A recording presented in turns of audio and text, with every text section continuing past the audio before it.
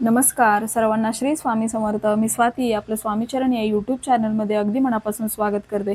बघा, अधिक महिना संपत आलाय. अधिक महिन्यातले फक्त 2 दिवस उरलेत आणि या 2 दिवसामध्ये आपल्याकडून जास्तीत जास्त सेवा व्हायला हवी. आपण विष्णूंची, माता लक्ष्मीची अधिक महिन्यामध्ये खूप सेवा केली, पितरांचीही सेवा केली. पण आपल्याकडून जर पितरांची सेवा राहिली असेल तर अमावस्या ही तिथी पितरांची सेवा करण्यासाठी अतिशय प्रभावी मानली जाते. आणि जरी दररोज आपल्याकडून पितरांची सेवा झाली नाही तरी अमावस्या तिथीला आपल्याकडून पितरांची अगदी ही 2 मिनिटाची सेवा ही नक्कीच व्हायला हवी.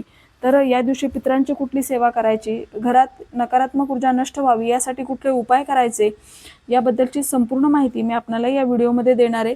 तर बघा, 14 तारखेला अमावस्या ही दुपारी 12:20 सुरू होती आणि 15 तारखेला सकाळी 8:24 अमावस्या तिथी संपतीये. त्याच्यामुळे आपल्याला काही उपाय रविवारी आणि काही सोमवारी करायचेत. पण उदय तिथीनुसार सोमवारी अमावस्या तिथी आहे, कारण अमावस्या तिथी ही सकाळी 8:24 जरी संपणार असली तरी या दिवशी आपण काही उपाय हे करू शकतो, कारण ही उदय तिथी ही आपल्या हिंदू धर्मानुसार धरली जाते. तर या दिवशी सोमवती अमावस्या आहे, तर आपल्याला सकाळी लवकर उठायचं आहे, आपलं घर अंगण स्वच्छ करायचं. अमावस्या तिथीच्या दिवशी आपल्या घरामध्ये काही अडगळीच्या वस्तू असतील, खराब झालेल्या तुटलेल्या वस्तू असतील तर त्या बाहेर काढण्यासाठी अतिशय प्रभावी दिवस असतो. त्यामुळे ज्या काही तुटल्या फुटलेल्या वस्तू असतील, खराब झालेल्या वस्तू असतील त्या या दिवशी आपण आवर्जून बाहेर काढाव्या. आपल्या घरातील फरशी ही आपल्याला या दिवशी स्वच्छ पुसून घ्यायची. त्या पाण्यामध्ये आपल्याला थोडंसं खडे मीठ, हळद आणि गोमूत्र टाकायचं आहे आणि याने आपल्या घरातील फरशी पुसून घ्यायची. अशी फरशी पुसल्याने आपल्या घरातील जी काही नकारात्मक ऊर्जा आहे ती नष्ट होण्यास मदत होते. नंतर आपल्याला देवपूजेआधी आपल्याला पितरांची सेवा करायची आहे. तर आता पितरांची सेवा करण्यासाठी आपण एक वेगळं आसन घ्यायचं. आपलं तोंड दक्षिणेकडे होईल अशा पद्धतीने आपण बसायचं. मग ते तुम्ही कुठल्याही रूममध्ये बसला तरी चालेल, पण आपलं तोंड दक्षिणेकडे होईल याची आपल्याला काळजी घ्यायची. आणि पितृ अष्टक हे आपल्या नित्यसेवेच्या पुस्तकामध्ये आहे. पितृ अष्टक आणि पितृस्तुती स्तोत्र हे 2 स्तोत्र आपल्याला म्हणायचे. आता हे म्हणून झाले की आपण बाथरूममध्ये जायचं, हातपाय तोंड स्वच्छ धुवायचे. आपण बसण्यासाठी जे आसन घेतलं होतं त्याच्यावर थोडंसं पाणी शिंपडायचं, मग ते आसन उचलून ठेवायचं. अशी ही पितरांची आपल्याला या दिवशी आवर्जून सेवा करायची आणि नंतर तुम्ही देवपूजा करू शकता. आता पितरांची तर्पण विधी ही सेवा सुद्धा आपण करू शकतो. तर ती कशी करायची याचा डिटेल व्हिडिओ मी या व्हिडिओच्या डिस्क्रिप्शनमध्ये त्या व्हिडिओची लिंक देईल. तर या दिवशी जर शक्य झालं तर तर्पण विधीसुद्धा आपण घरच्या घरी अगदी साध्या सोप्या पद्धतीने करू शकतो. आता आपल्याला थोडासा आळणी भात शिजवायचा आहे आणि हा भात एका डिशमध्ये घेऊन आपण आपल्या पितरांच्या स्मरणार्थ आपल्या गॅलरीमध्ये किंवा टेरेसवर, गच्चीमध्ये किंवा एखाद्या झाडाखाली जिथे कुठलाही पक्षी येऊन खाऊन जाईल अशा ठिकाणी आपल्याला असा हा भात ठेवायचा आहे.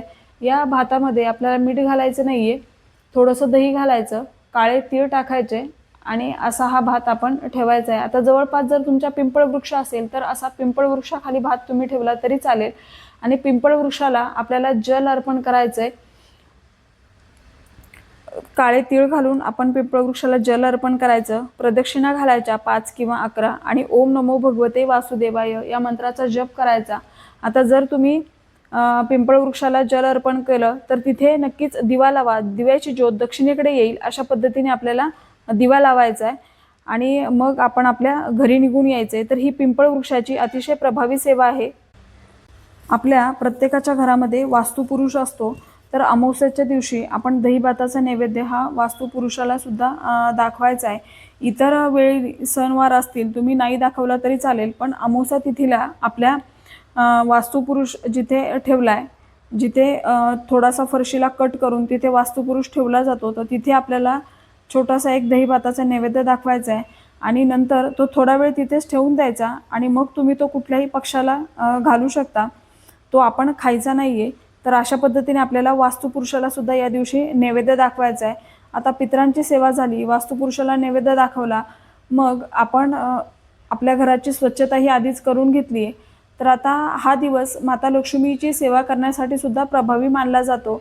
तर त्यामुळे आपण आपल्या मुख्य दरवाजाच्या उंबरट्याला हळदीचे लेपन करायचे, बाहेर रांगोळी काढायची, दिवा प्रज्वलित करायचा आणि धूपदीप लावायचा आहे दरवाजाबाहेर.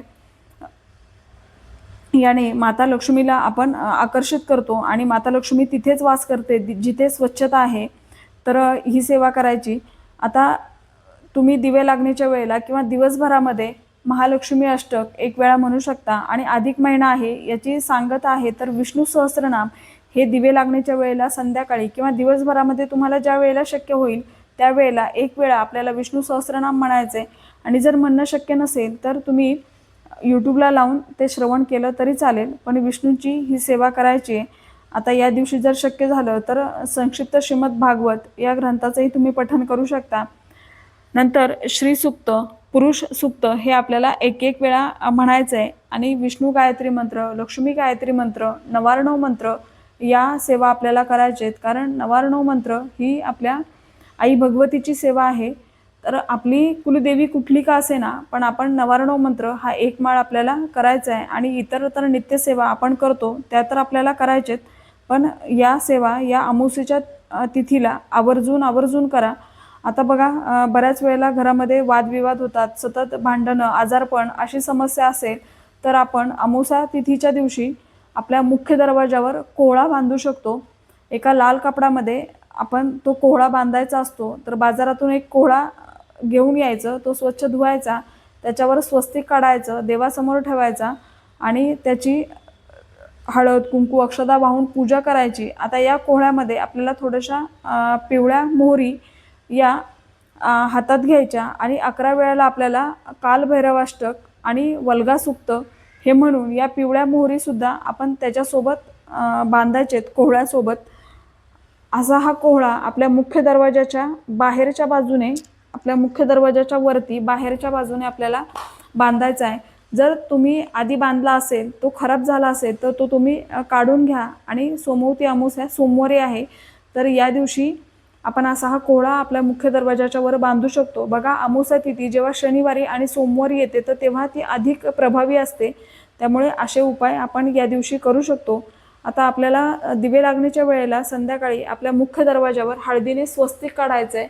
आपला गॅस ओटा स्वच्छ करून घ्यायचा आणि गॅसच्या शेगडीवर सुद्धा एक स्वस्तिक काढायचं आहे. शेगडीची सुद्धा पूजा करायची आणि गॅस ज्या भिंतीला टेकून ठेवतो आपण त्या भिंतीवर सुद्धा आपल्याला एक स्वस्तिक काढायचं आहे.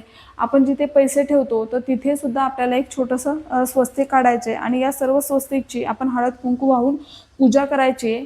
कारण अमावस्या तिथी ही माता लक्ष्मीला सुद्धा समर्पित आहे.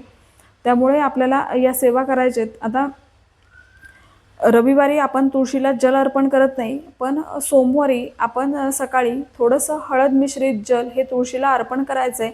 आणि तुळशीला 5 किंवा 11 प्रदक्षिणा घालायचे.